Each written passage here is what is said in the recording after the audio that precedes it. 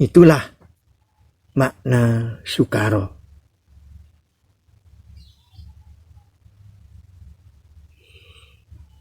Mari kita jelaskan tentang sukaro, bermacam-macam sukaro di dalam Al-Quran. Di dalam Al-Quran itu bermacam-macam kata sukaro.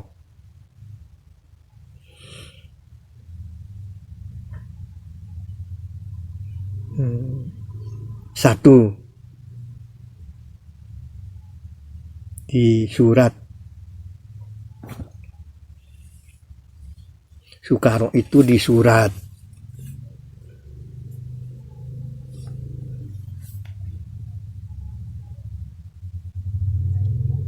Al-Hijr. Al-Hijr itu surat yang ke-15 ayat 72.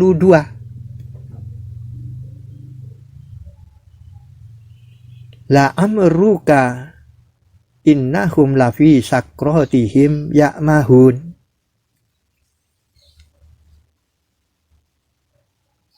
Demi umurmu, sesungguhnya mereka di dalam keadaan sakrotihim, dalam keadaan mereka mabuk dan membingungkan. Ini kisah, ayat ini tentang kisah Nabi Lut.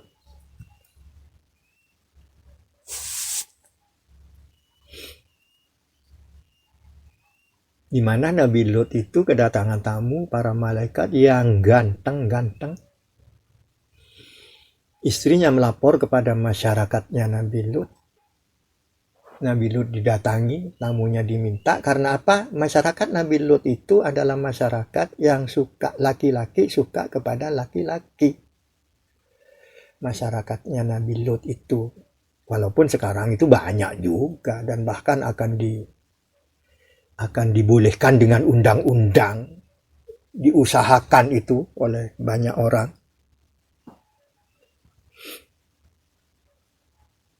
Nah, itu juga dianggap sebagai sukaro, mabuk, dan bahkan membingungkan. Kenapa? Yang lazim itu seorang laki-laki menginginkan seorang perempuan.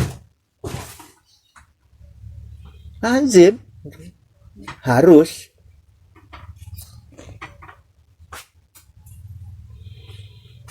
Bagi yang lazim begitu, menjadi bingung. Kok ada laki-laki yang suka laki-laki?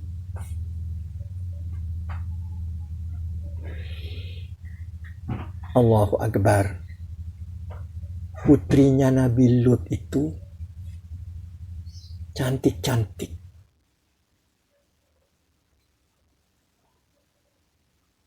Dari bingungnya Nabi Lut sampai ngomong, ini loh anakku saja, kau ambil. Janganlah engkau ganggu tamuku ini. Karena Nabi Lut tahu bahwa itu malaikat. Mereka tetap memaksa. Inilah cerita orang mabuk.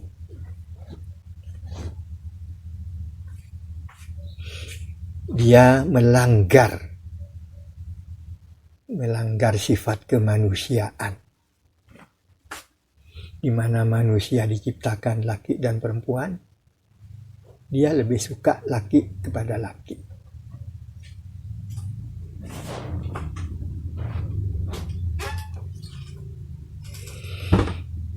Itu tentang sukaro.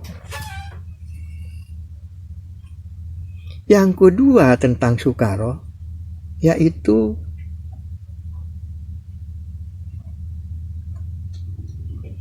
di surat An-Nahl ayat 67.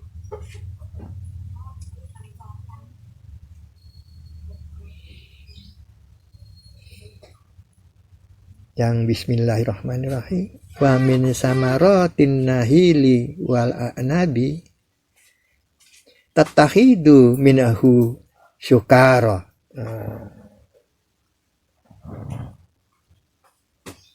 Dan dari buah-buahan anggur dan kurma, mereka menjadikannya sesuatu yang memabukkan.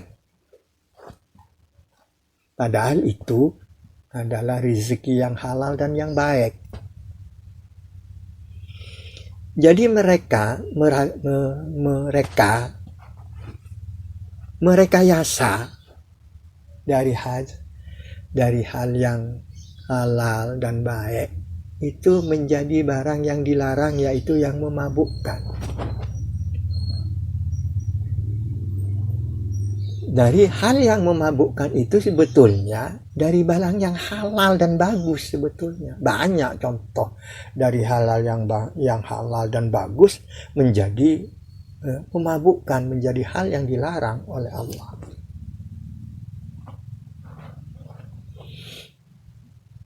Satu contoh misalnya, orang bekerja halal, bagus itu halal.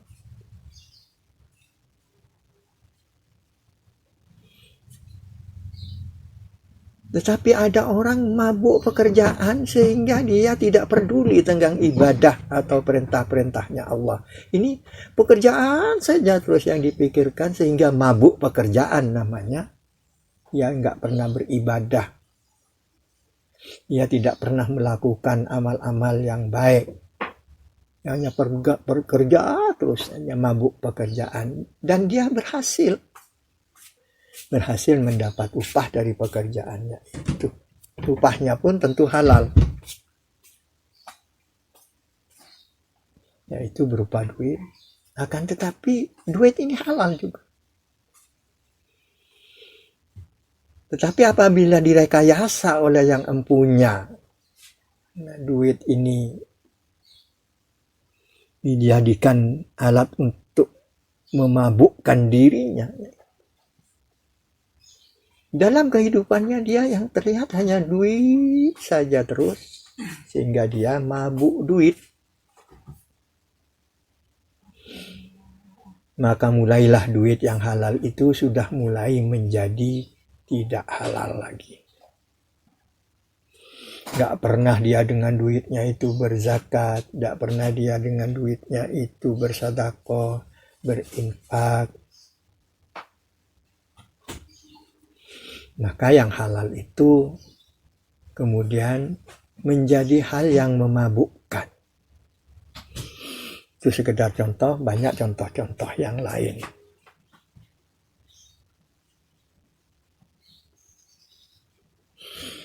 Ada sukaro itu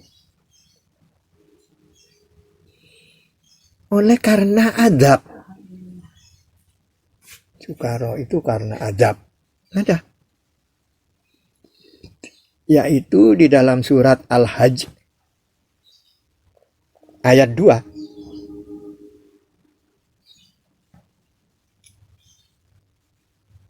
Yang maaf saya tidak hafal. Yauma tarawnaha tat'ahalu kullu murdi'atin amma ardo'at. Di hari apa yang kamu bisa lihat,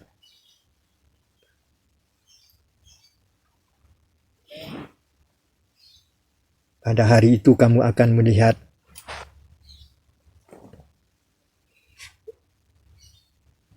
bagaimana orang yang menyusui meninggalkan yang disusuinya.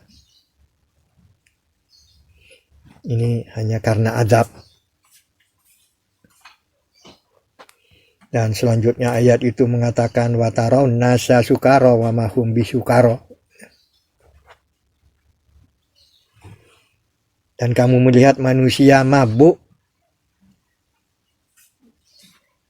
akan tetapi dia tidak mabuk. Mabuk sukaro wa mahum bisukaro. Mabuk tapi dia tidak mabuk. Ya, ini contoh, banyak juga contoh begini. Contoh akibat adabnya gunung meletus, apakah itu Merapi, apakah itu Semeru.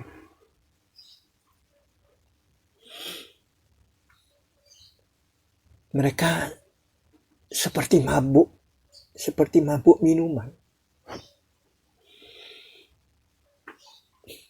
Tidak tahu arah, tidak tahu harus berbuat apa. Apa yang di hadapannya ya lalui saja. Karena dia mabuk, tidak sadar dirinya. Bahkan anak yang disusui, anak yang dicintainya pun ditinggalkan, lari dia.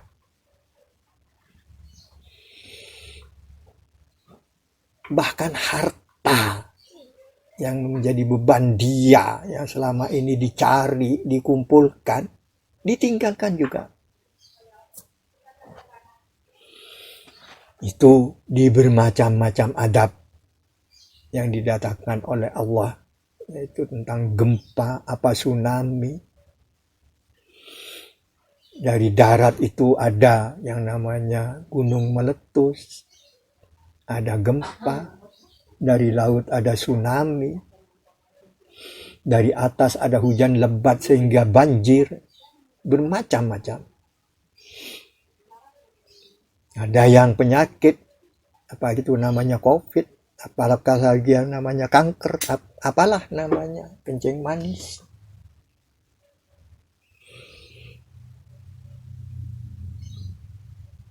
Ini orang bisa mabuk.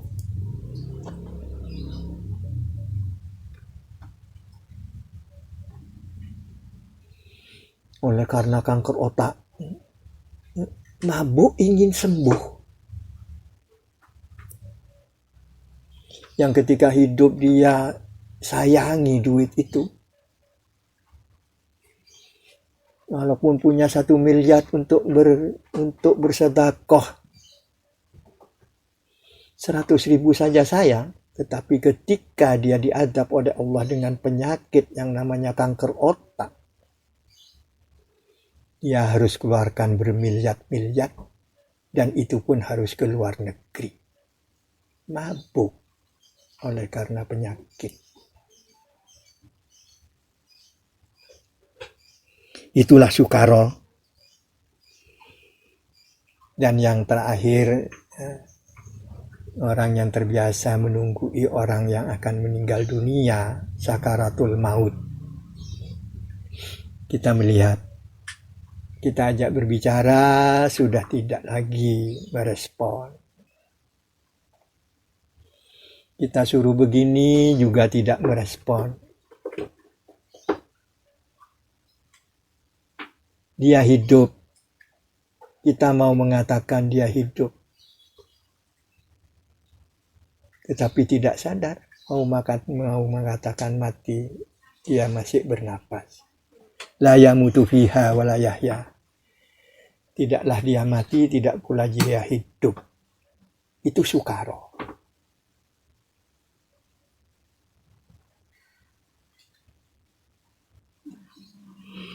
Ayo kita runtun kembali. Ya ayyuhalladzina amanu la taqrabus shalah. Kita sudah selesai. Wa antum sukaro. Hatta ta'lamu ma taqulun, sampai kamu mengerti apa yang kamu katakan. Hatta ta'lamu ini didukung juga oleh bermacam-macam ayat.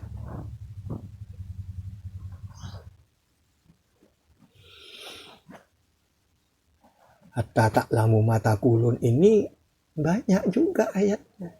Ayo saya contohkan saja. Surat An-Nisa ini didukung oleh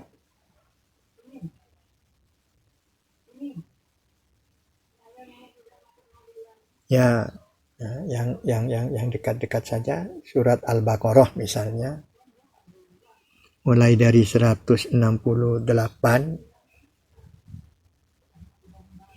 Ya ayuhan nas, kulu mimman fil ardi halalan thayyiban.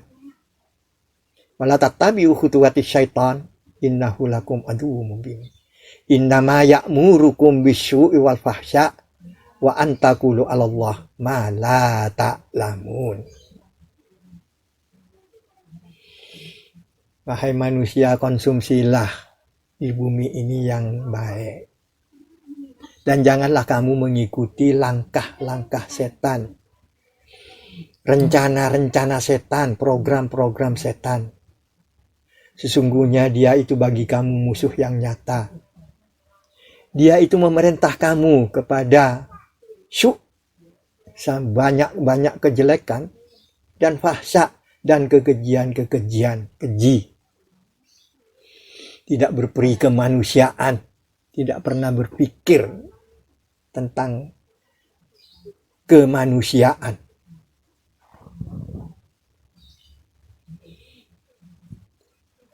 Wa antakulu 'alallah. Dia memerintah kamu. Innama ya'murukum bisu'i wal fahsya. Yang ketiga adalah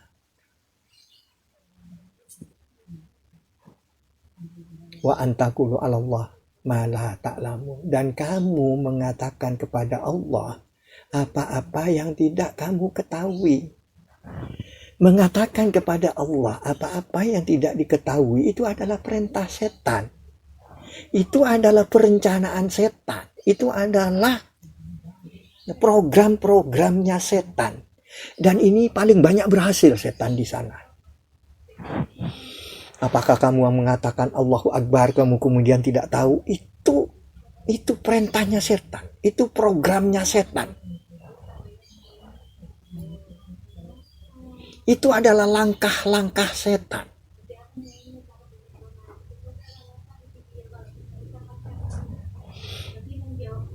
Nah, disinilah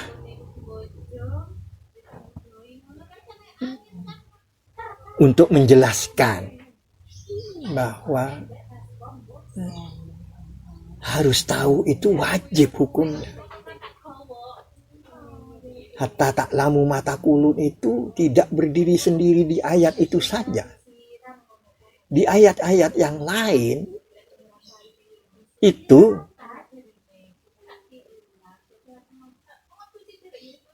menerangkan dengan versi yang berbeda, dengan makna yang sama dan versi yang berbeda.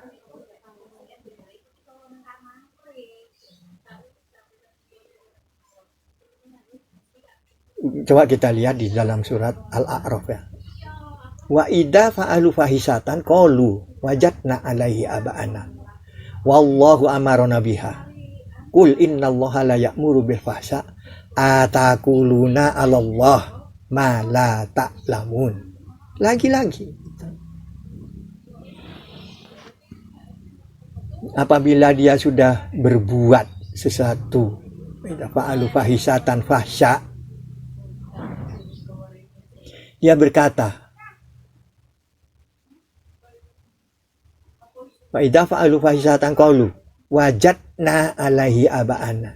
Kami dapati ini dari nenek moyang kami. Dan menurut mereka ini adalah perintah Allah. Allah disuruh mengatakan pada orang itu, disuruh mengatakan kepada saya yang sok aba'ana, yang sok nenek moyang,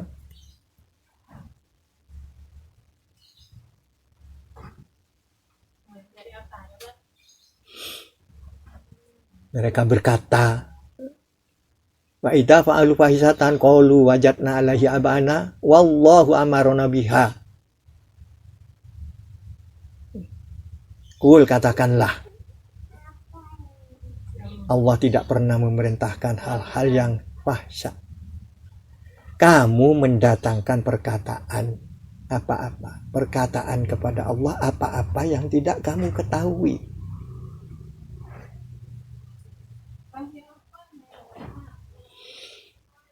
Mendatangkan perkataan itu artinya untuk dirinya juga kepada orang lain, perkataan-perkataan tentang Allah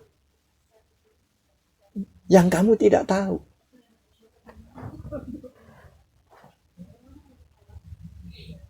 Ini ayat ini diperluas juga oleh ya surat Al-A'raf juga ayat 33. Qul innama harrama rabbiyal fawahisha ma dhahara minha wa ma batana. Wal isma wal baghya bi ghairil haq wa antusriku billah malam yunazzil bihi sultan wa antakulu 'alallah ma la ta'lamun.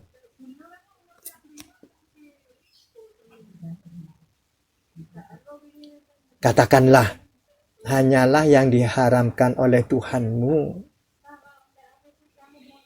fahsya, dohir dan batin. Kekejian dengan dohir dan batin. Yang nanti kalau dikaitkan dengan hatta ta'lamu ma taqulu itu berkata tentang Allah dari mulutnya dohir. Berkata dengan hatinya batin. Ta'lamu ma taqulu. Apakah itu namanya zikir? Apakah apa namanya?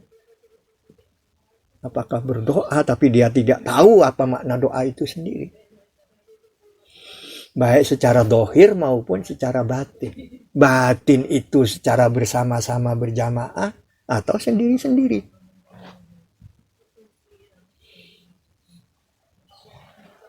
Wal isma, yang kedua, berbuat dosa.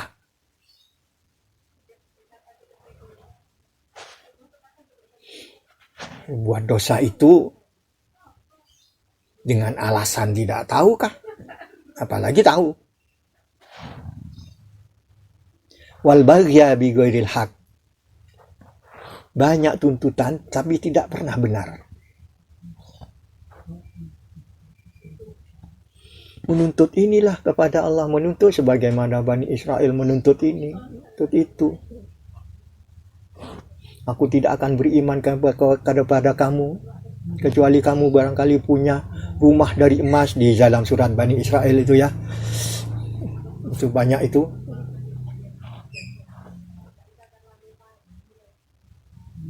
Banyak tuntutan. Gak pernah benar. Dirinya sendiri gak pernah benar. Tapi menuntut orang lain.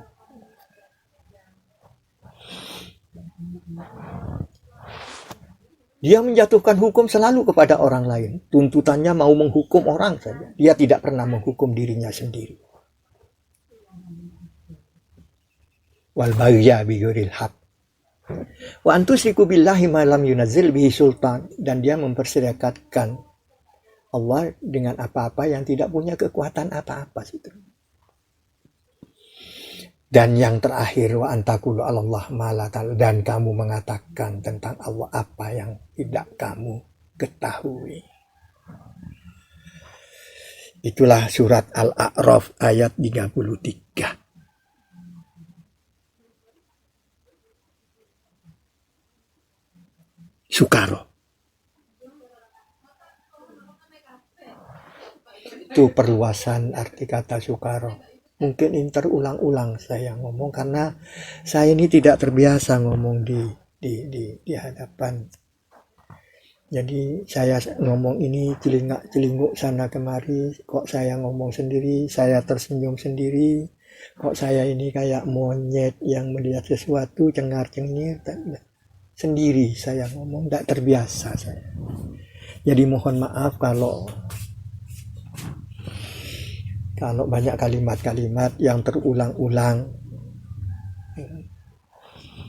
yang itu banyak sebabnya. Sebab yang pertama yaitu giginya sudah hampir habis karena umurnya sudah 77. Membaca ayat itu sudah tidak begitu fasih karena di gigi tidak mendukung, lidah sudah banyak yang keluh. Jadi mohon maaf yang sebesar-besarnya terhadap Bapak yang nun jauh di sana itu.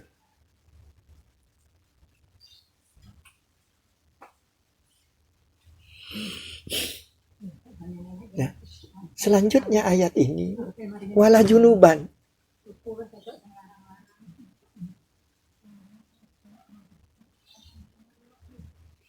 Wala junuban ila abiri sabili hatta tartasilu. Dan jangan kamu kalau junub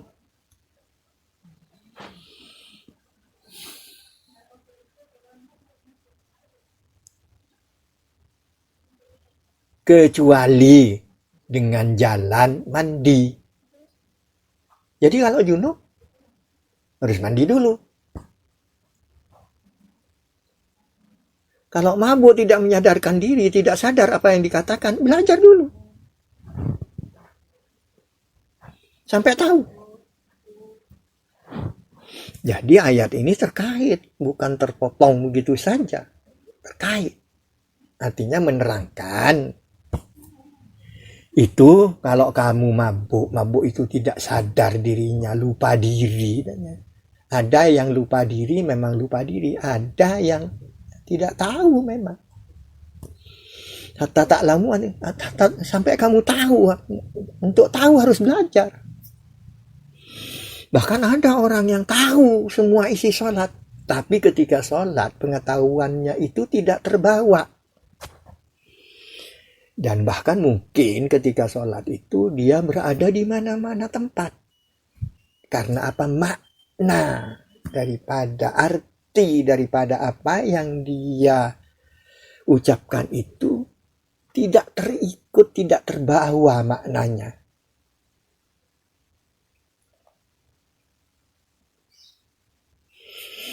Di situ. Nah, apabila kamu junub ini bisa juga ada arti junub itu yang berbeda. Maknanya junub itu ada yang berbeda. Yaitu barangkali di tentang kisah Nabi Musa yang saya tidak hafal itu. Tetapi saya ingat bahwa ibu Nabi Musa itu menyuruh anak perempuannya, yaitu kakaknya Nabi Musa, untuk mengikuti ketika Nabi Musa dihanyutkan ke sungai. Disuruh mengikuti, mengawasi. Siapa yang ngambil nanti? Itu pakai kata junub juga itu. Mengawasi dari jauh. Itu pakai kata junub juga.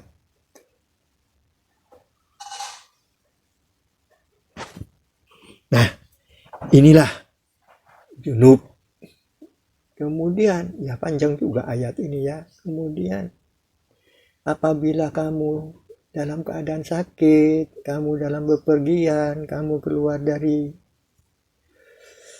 tempat buang air, kamu menyentuh perempuan, maka bertayamum. Kalau kamu tidak dapat air, maka bertayamumlah. Di sini ada 4 perkara, yaitu sakit, bepergian, keluar dari tempat kecil, menyentuh perempuan.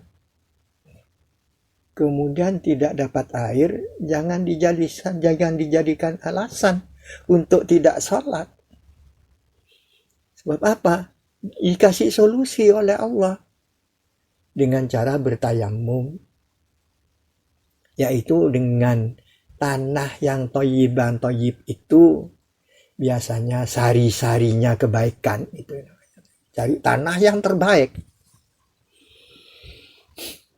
Kasih solusi. Sebab kalau ini langsung sholat karena tidak ada air, sama dengan mabuk. Langsung sholat. Sama dengan junub, langsung sholat. Sama itu. Ada solusi, yaitu bertayamum.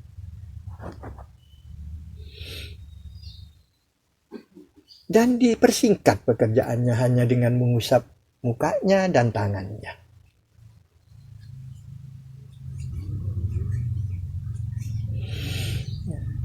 Banyak orang yang tidak puas dengan tayamum. Banyak sekali.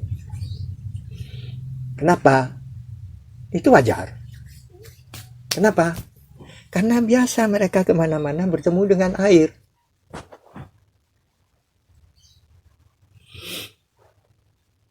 Kalau toh ada cerita bahwa ada satu tempat yang penduduknya selalu kekurangan air, dan dia mengambil air untuk masak dan minum saja itu berjalan 5 kilo. BP berarti 10 kilo, dan itu pun di atas gunung. Jangan kok mau ngambil wudhu. Untuk diminum dan untuk memasak saja perjalanannya sudah cukup jauh.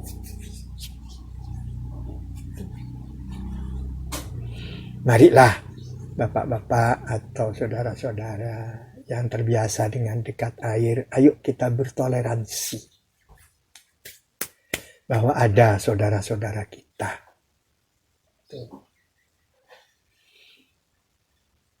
Itu sampai tidak sholat. Karena ada yang tidak tahu, ada yang katanya tidak srek. Sedang untuk menggunakan air, jangankan untuk diambil wudhu. Apalagi ngambil wudhu, kalau ngambil wudhu itu airnya harus sekulah misalnya, satu gibik. Wah ini kalau tidak gitu tidak sah wudhunya. Nah ini yang ayo kita bertoleransi. Karena Al-Quran ini mentolerir tentang kekurangan-kekurangan, ketidakmampuan. Al-Quran, ayat itu mentolerir. Karena Allah yang mencipta, Allah tahu di mana ada manusia-manusia yang diciptakan, itu tempatnya. Menjadi kewajiban kita sebetulnya untuk memberikan penerangan. Ya kalau perlu kita bantu kekurangan air itu sehingga sampai tidak kekurangan.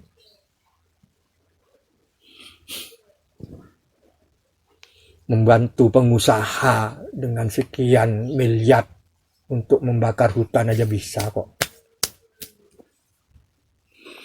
Masa membantu menyediakan air sekian gelintir penduduk itu pemerintah susah? Itu kewajiban kita sebagai orang Islam. Apabila di satu sisi yang lain tidak bisa, umat Islam harus bersatu dan harus bisa. Umat Islam itu kaya. Bayangkan berapa ribu setiap tahun manusia Indonesia mengeluarkan uangnya untuk naik haji. Tetapi untuk membantu saudara-saudaranya yang kekurangan air dan bahkan miskin, itu tidak mampu.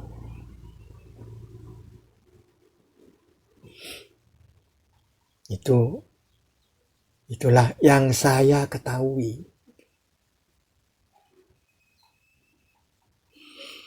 Mudah-mudahan juga ini menjadi himbauan kepada bapak saya yang jauh di sana itu, agar bisa dengan teman-temannya mengingatkan mereka yang punya kedudukan, yang kadang-kadang lupa karena mabuk kedudukannya, dia lupa bahwa ada saudaranya jauh di sana. Mereka yang punya pangkat, apakah itu menteri, apakah bupati, apakah gubernur. Mereka hanya berbicara di kalangan mereka sendiri, sehingga mereka lupa kepada saudara-saudaranya yang jauh lebih banyak, yaitu di atas gunung, di lembah yang ngarai, yang tidak pernah ada sesuatu yang menyenangkan.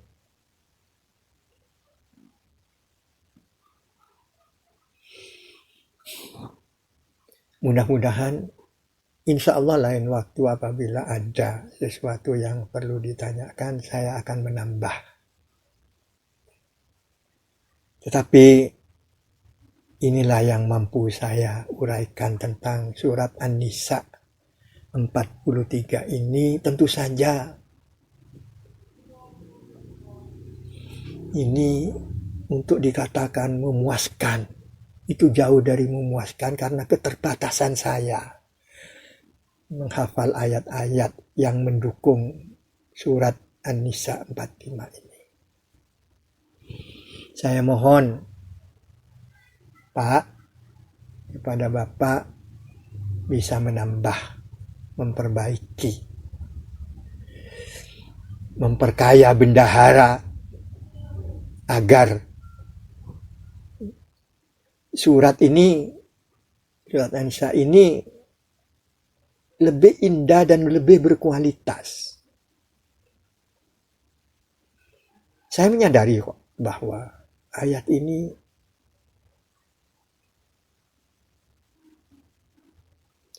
jarang sekali timbul di permukaan.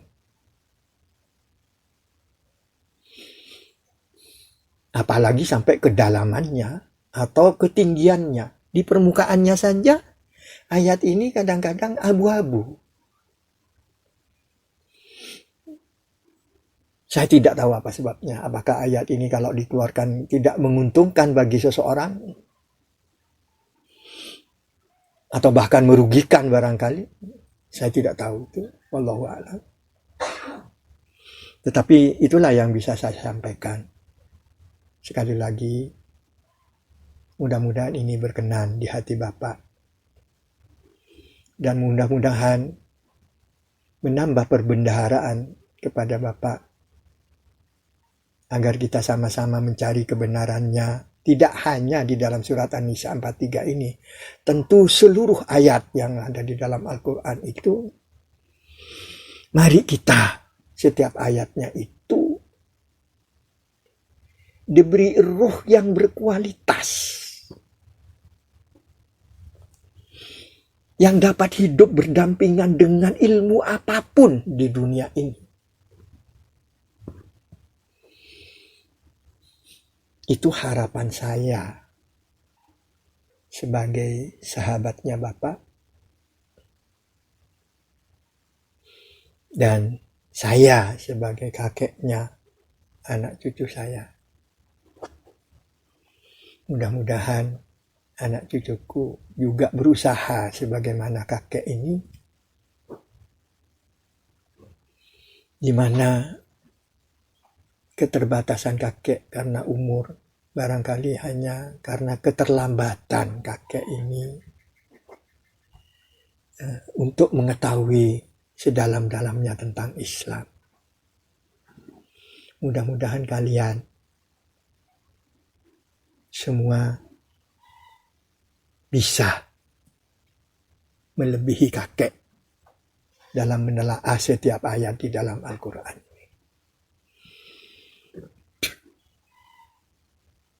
Sekian, Pak.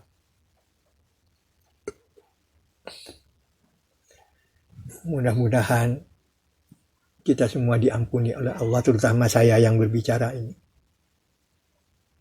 Dan mudah-mudahan apa yang saya bawa ini bermanfaat bagi saya dan juga kepada orang yang pernah mendengarnya. Akhirul kalam, wassalamualaikum warahmatullahi wabarakatuh.